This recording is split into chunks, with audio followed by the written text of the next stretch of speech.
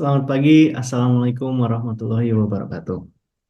Salam sejahtera, salam sehat bagi kita semua. Perkenalkan, nama saya Reski Gautama Tanere, salah satu dosen pada Prodi Desain Komunikasi Visual, Fakultas Seni dan Desain Universitas Multimedia Nusantara. Untuk kesempatan kali ini, saya akan memaparkan sedikit materi mengenai salah satu mata kuliah yang saya ampu, yaitu Fotografi Prinsipal. Sebelum itu, izinkan saya share screen RPKPS pada mata kuliah tersebut.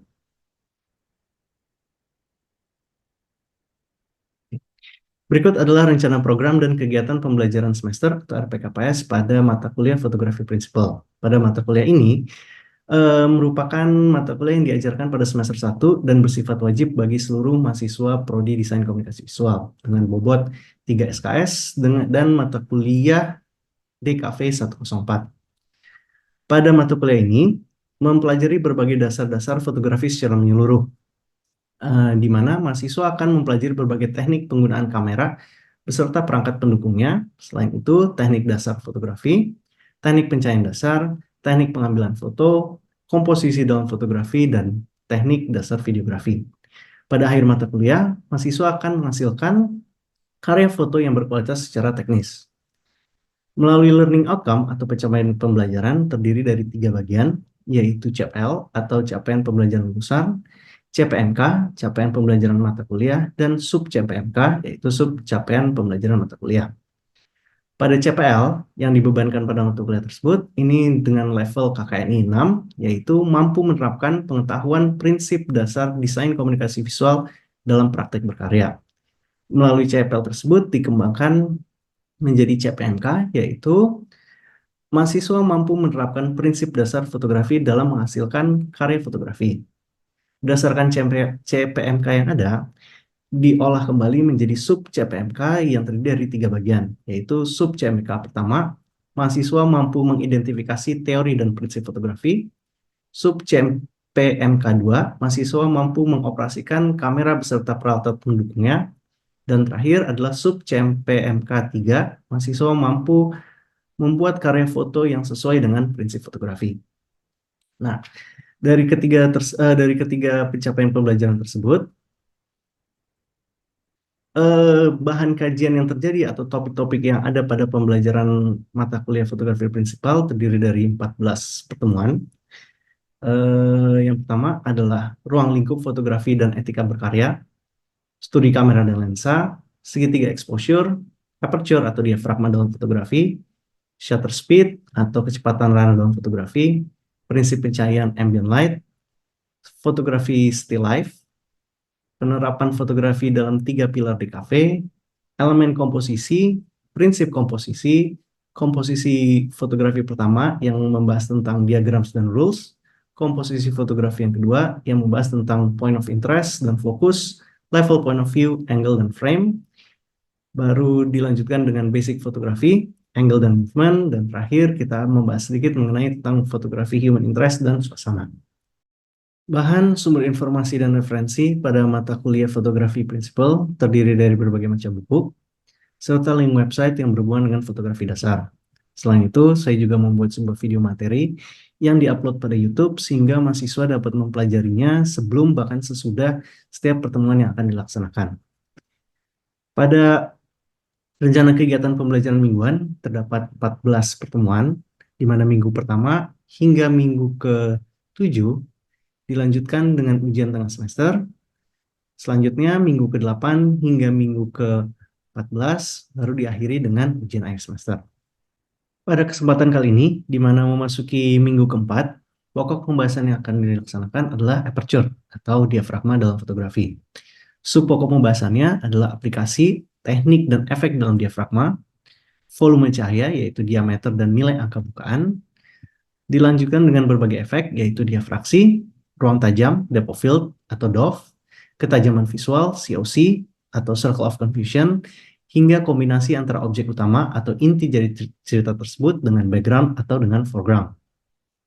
Dalam pelaksanaannya, pembelajaran akan dilaksanakan secara luring, di mana pembelajaran adalah pemaparan materi dan praktek.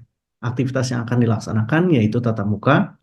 Kita juga akan studi kasus dengan berbagai karya-karya yang berhubungan dengan aperture. Dilanjutkan dengan praktek, dan pembahasan karya saat praktek tersebut.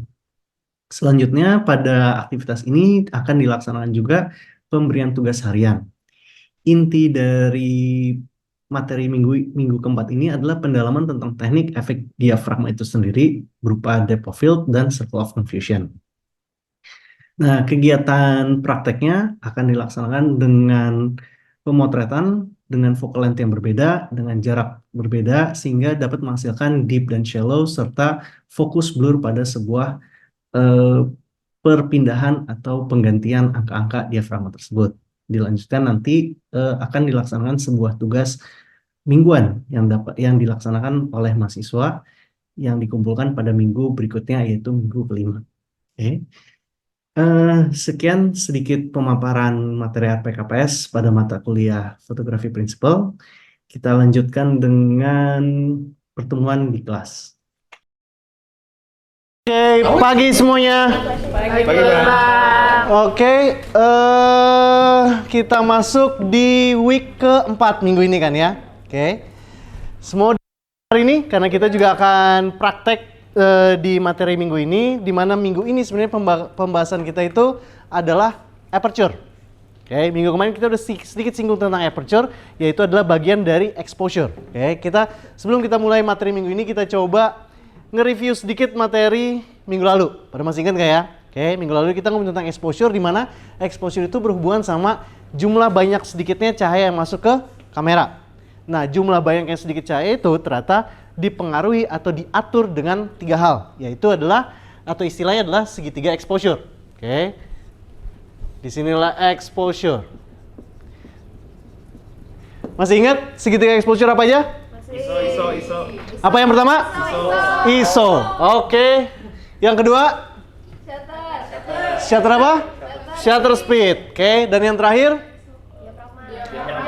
Diafragma atau biasa dilamain pakai apa? F. Oke, sip. Pada masih ingat lah ya. Nah, ternyata kita kan ke minggu lalu kita ngomongin ternyata satuan ISO, satuan shutter speed, satuan diafragma semua mempengaruhi jumlah banyak sedikit yang cahaya yang masuk dalam kamera. Nah, hari ini kita bukan cuma ngomongin tentang jumlah banyak sedikit, ternyata setiap satuan exposure ini punya efeknya masing-masing. Oke.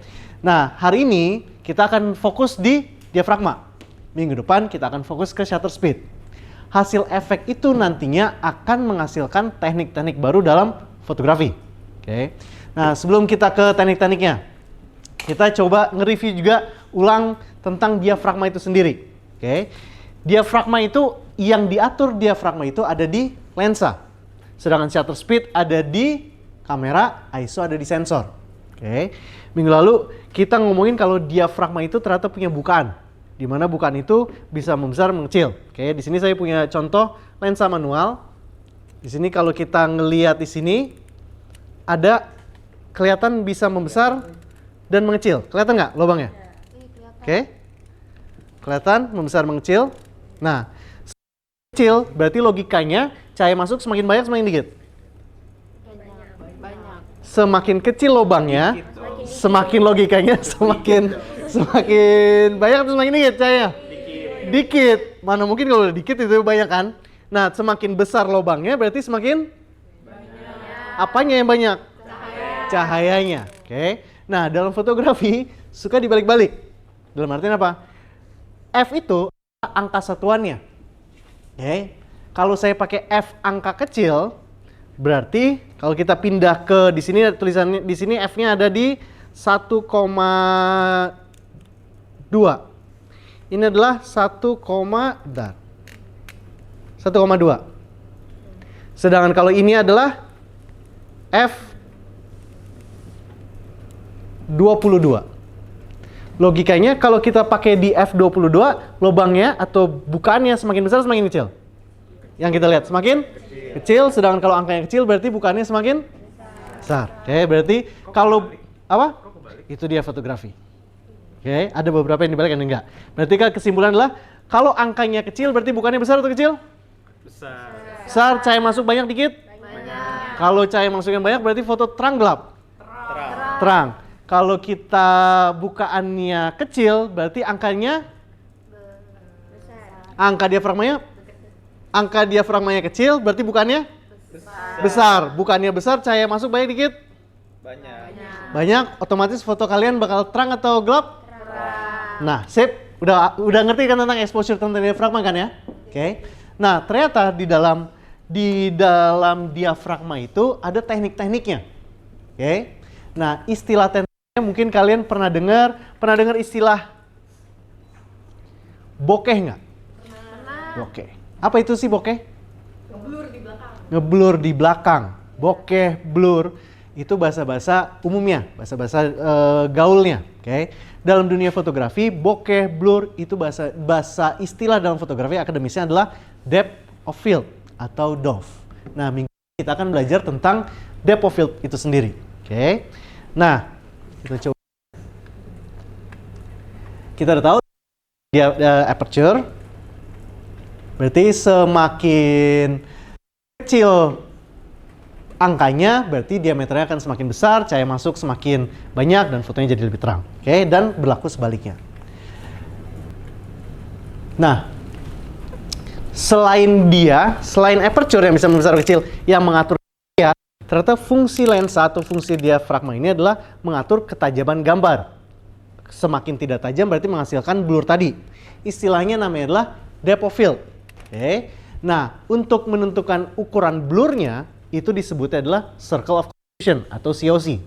Jadi saat kalian menentukan berapa banyak tajamnya fotonya, itu namanya adalah DOF atau depth of field. Kalau kalian menentukan seberapa banyak blurnya, itu namanya adalah COC atau circle of confusion. Oke, sampai sini ngerti lah ya. Nah, terus gimana caranya biar bikin foto blur? Kalau kalian ke foto kan sekarang kan di handphone gampang ya, kalau ngeblur ya, kayak tinggal pencet bagian mana yang kita mau blur dapat. Nah, terus kalau kamera gitu kan nggak ada yang istilahnya nggak bisa kita pilih, harus kita setting dan segala macam. Nah, sistemnya adalah ada berbagai cara. Yang pertama, oke. Sebelum ke berbagai cara dulu, kita jenis-jenis blur, jenis-jenis ketajaman gambar. Ada dua jenis. Ada yang namanya large depth of field atau deep depth of field, ada namanya shallow depth of field. Oke. Shallow bahasa Indonesia apa? Cetek. Apalagi? Apa istilah lain selain cetek? Dangkal. Pendek, sedikit. Oke. Sedangkan kalau deep berarti lawannya adalah apa lawannya dangkal? Dalam banyak, benar nggak? Oke. Berarti kalau kita bikin shallow depth of field, shallow kan kecil, pendek, dikit. Berarti tajamnya sedikit. Blurnya lebih banyak. Loh, berarti shallow depth of field berarti tajamnya malah sedikit. Karena depth of field berhubungan dengan ketajaman gambar, bukan blur gambarnya. Oke. Tapi kalau deep depth of field berarti tajamnya lebih banyak. Terus gimana caranya menghasilkan depth of field yang lebih banyak atau depth of field yang lebih sedikit? Ada teknik-tekniknya. Oke. Nah, di sini kita coba ke teknik pertama. Ada 3 teknik. Teknik pertama adalah angka diafragmanya. Oke. Semakin kecil angka diafragmanya, berarti hasil foto kalian akan semakin shallow. Oke. Semakin besar angka diafragma, berarti semakin deep depth of field kalian. Betul kan ya? Oke, jadi kalau angkanya F-nya 2, itu angkanya kecil. Dia semakin banyak blurnya itu semakin sedikit blurnya? Banyak. Semakin banyak blurnya. Hasilnya pun, walaupun kalau dia banyak blurnya, fotonya tetap akan lebih terang. Karena dia bukaannya jadi lebih besar, benar nggak?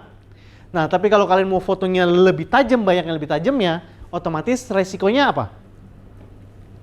Gelap. Fotonya gelap karena pakai diafragma angka besar. Oke. Nah, kita ambil lihat di sini contohnya, kita ngelihat aperture kita udah tahu di sini adalah shallow dan depth of field. Nah, siapa yang paling beruntung di kelas ini saat kita pakai aperture size? Siapa? Coba kita cek lensa masing-masing. Lensanya Rumi berapa lensanya Rumi? Ukuran lensanya? Berapa? 18. 18 berapa? Oh, 55 sampai 1855. Nah, angka diafragma paling kecilnya berapa? coba lihat di depan lensa kalian ada tulisannya 1 banding berapa. Oke. Coba kita, Rafael 1 banding berapa? 1 banding 4. 1 banding 4.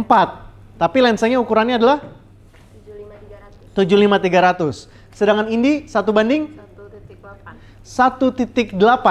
Sedangkan tadi Rafael 1 banding 4, Indi 1 banding 0,8. Umar 1 banding berapa? 1 banding 3. Oke. Kalau sekarang soalnya lah, tolong buat sebuah foto se-shallow mungkin. Siapa yang kira-kira shallow di kelas ini? Indi. Kenapa bisa Indi? Kecil. Karena angka diafragmanya paling kecil. Berarti siapa yang paling beruntung di kelas ini kalau disuruh bikin shallow depth of field? Indi. Oke. Nah, berarti nanti Rafael kalah dong. F-nya 4. Berarti kalau kita ngomongin tentang nilai, kalau bikin tugas pasti nilainya jelek dong. Tidak selalu berukuran atau tidak selalu berpatokan pada F. Bisa juga berpatokan pada poin-poin lain. 3. Poin berikutnya adalah panjang lensa. Oke, kita lihat ini. Semakin panjang lensa kalian, semakin deep atau semakin shallow? Kalau kalian ngezoom, semakin shallow atau deep? Semakin shallow. Oke, karena kalian sering kan cobain pas minggu-minggu lalu kan pas nge-motret, se-zoom mungkin tiba-tiba jadi lebih shallow, benar nggak? Semakin wide foto kalian, semakin deep. Berarti sekarang kalau misalnya kita pakai, tadi kan kita ngeliat di Indi, beruntung karena F-nya 1,8, benar ya dia tadi ini ya? Iya. Sedangkan di Rafael F-nya 4. Pasti jelek dong hasilnya Rafael. Rafael tidak perlu pakai sistem, tapi Rafael pakai sistemnya adalah yang panjang lensa. Panjang berapa ukuran lensanya tadi? 75300. Sedangkan Indi berapa tadi ukuran lensanya? 50 fix. Tadi sedangkan Rumi? 55. Berapa? 18. 18 sampai 55. Siapa yang menang kalau kita ngomongin coba bikin shallow depth of field dengan ukuran lensa? Siapa yang menang? Rafael. Kenapa? Dia bisa sampai di ukuran 300. Oke. Jadi Indi taruh di F 1,8. Rafael taruh di zoom sampai di 300. Oke. Nah, ternyata Rafael siapa aja yang punya lensa-lensa panjang nih? Rafael, Vel. Oke. Nah, ternyata banyak juga yang punya lensa-lensa standar. Siapa yang punya lensa standar? Nah, Rumi dan Umar. Coba, tadi Rumi berapa ukurannya lensanya? 1855. Kalau ditaruh 55 masih bagusan punya Rafael 300. Kalau taruh di F-nya tadi 1 banding berapa? 1 banding 3. 1 banding 3 masih bagusan punya Indi 1,8. Terus gimana caranya biar Rumi dan Umar ini menang kalau misalnya disuruh bikin fotonya shallow? Ada teknik ketiga. Oke, ada yang tahu? Ada yang bisa nebak apa teknik ketiga? Kalau udah nggak bisa, kalau udah main F-nya nggak ngaruh, mainin lensa yang nggak ngaruh, berarti kita mainin apa ya biar tambah blur? Apa? Maju. Berarti berhubungan sama apa tuh namanya? Jarak. Betul. Widih. Berarti kalian sebenarnya udah mulai baca-baca materi sebelum perkuliahan ya? Bagus banget kalian. Nah, sekarang kita ngomongin jarak nih. Terakhir nih ya.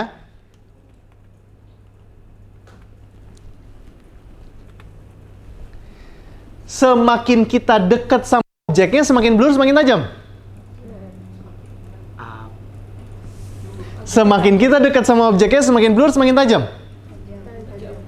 Semakin pasti objek akan tajam. Tapi sisa-sisa fotonya kalau kita semakin dekat sama objek, kita semakin blur. Backgroundnya semakin blur, semakin tajam. Semakin blur. Tapi kalau kita jauh, otomatis apapun jadi lebih tajam. Oke, nanti kita lihat contohnya. Sekarang kita praktek. Oke, ini adalah teknik yang namanya depth of field. Depth of field tadi menentukan ketajaman.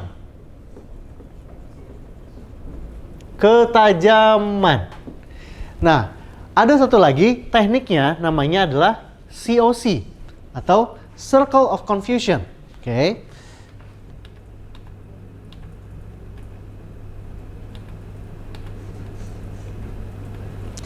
Circle of curvature kebalikannya, kita menentukan tingkat blurnya. Oke, tingkat blur di situ bisa nggak kita logikanya semakin banyak atau semakin sedikit blurnya, kita udah nggak ngomongin tentang jumlahnya lagi. Karena kalau kita ngomongin jumlah, nggak ada bedanya sama jumlah ketajaman. Di COC kita ngomongin apa sih sebenarnya? Kita ngomongin tentang posisinya, mau blurnya di mana? Mau di depan, mau di tengah, mau di belakang, atau bahasanya mau di foreground, di middle ground, atau di background. Oke. Nah, secara teorinya cukup mudah lah ya. Oke. Apakah nanti pas di praktek kenyataannya semudah teorinya? Kita coba simpulin dulu. Tadi untuk yang di depth of field, ternyata ada depth of field ada dua jenis apa ya tadi?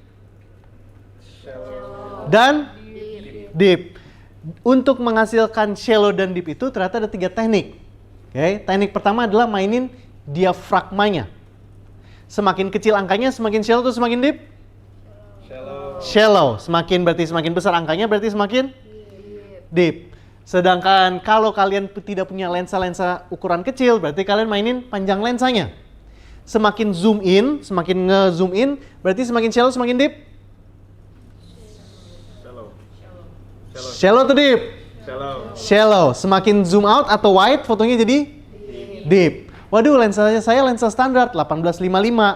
F-nya cuma 4 lagi. Berarti mainin jarak. Semakin kita deketin jaraknya sama objeknya, berarti semakin shallow atau semakin deep? Shallow atau deep? Shallow. Jangan ragu-ragu dong. Shallow. Semakin jauh berarti semakin deep. Oke. Nah, sebelum kita praktek dan hari ini kita juga ada tugas rumah. Aktivitas di kelas hari ini adalah kita coba praktek. Nah, di sini saya bawa figur di mana kita bisa coba nanti bagaimana kita ngelihat antara di sini, antara background yang ada di sini kita bikin blur atau kita bikin tajam. Jadi objeknya tajam, kita coba bikin belakangnya lebih blur. Berarti dalam logikanya di sini shallow. Atau kita bikin semuanya tajam. Baru nanti kita juga akan coba juga pakai yang COC, blur. Posisinya. Di sini blur, tajam. Kita balik. Di sini tajam, di sini blur. Atau kita bikin pakai 3 objek. Blur, tajam, blur. Oke. Nah, sebelum itu siapa yang mau coba? Saya butuh kita sebelum praktek semuanya ya. Saya butuh 2 mahasiswa yang mau maju ke depan untuk menjadi sampel, menjadi bahan uji coba praktek kita di bahan aperture. Siapa yang mau? Kita berdua? Oke, coba Indi sama Umar ya. Karena di sini saya ngeliat kayaknya William sama Indi lensanya sama ya, sama-sama 50 kan. Oke, kita pakai 2 lensa yang berbeda.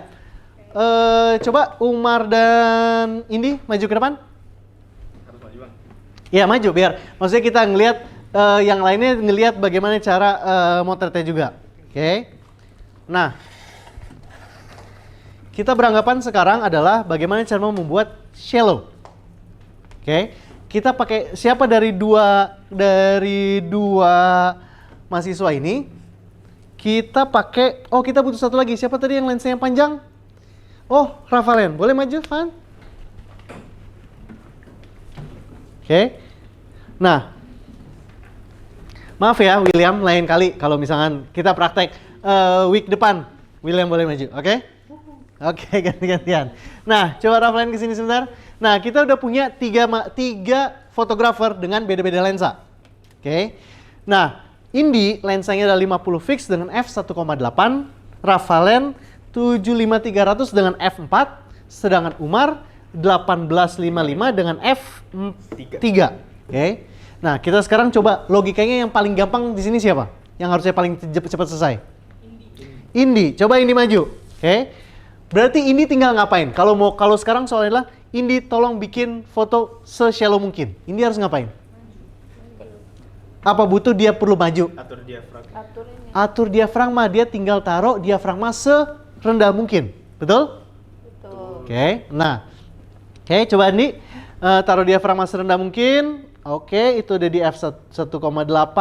Ingat, sekali lagi ya, kalau kalian motret, walaupun teknik kayak gimana, ingat exposure yang minggu lalu. Oke, udah nih? Belum sebentar. Udah. Udah, Bang. Oke, coba lepas talinya, Wir. Oke. Oke.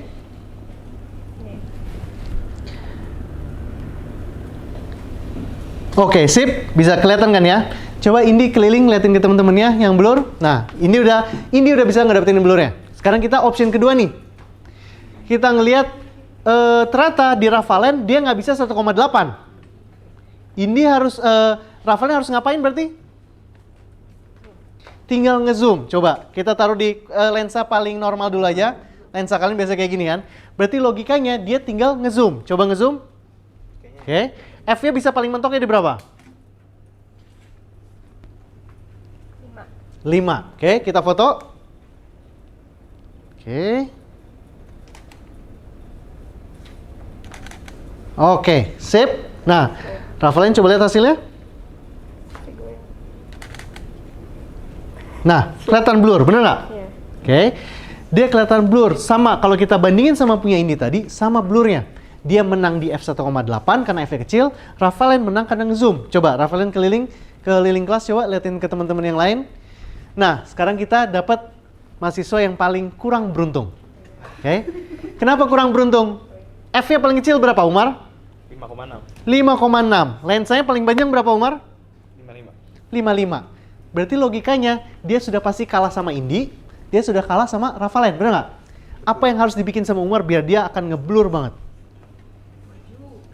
Maju mundur. Coba sekarang posisinya, coba Umar sekarang posisinya di sini, di posisi Rafalen tadi, taruh F paling kecil, Udah. zoom paling jauh. Udah. Berarti dia udah maksimal banget nih. Zoomnya udah ngikutin kayak Rafalen, F-nya udah ngikutin kayak dia Indi dengan taruh F paling kecil, paling ngezoom. Coba zoom. Udah zoom. Oke, foto. Oke, kita lihat. Nah, hasilnya nanti kalian akan lihat ya. Hasil yang dibuat sama Umar itu sangat jauh berbeda sama mereka berdua. Kenapa? Di sini masih ngedip. Kenapa? Karena dari posisi ini masih kelihatan terlalu lebar, F-nya 5,4, sangat berbeda. Oke, Umar coba lihat punya Indi sama Rafalen tadi, sangat berbeda kan? Oke. Nah, sekarang gimana caranya berarti? Maju. Maju. Coba sekarang maju paling depan. Deketin ya, sedekat-deketin ya. Oke.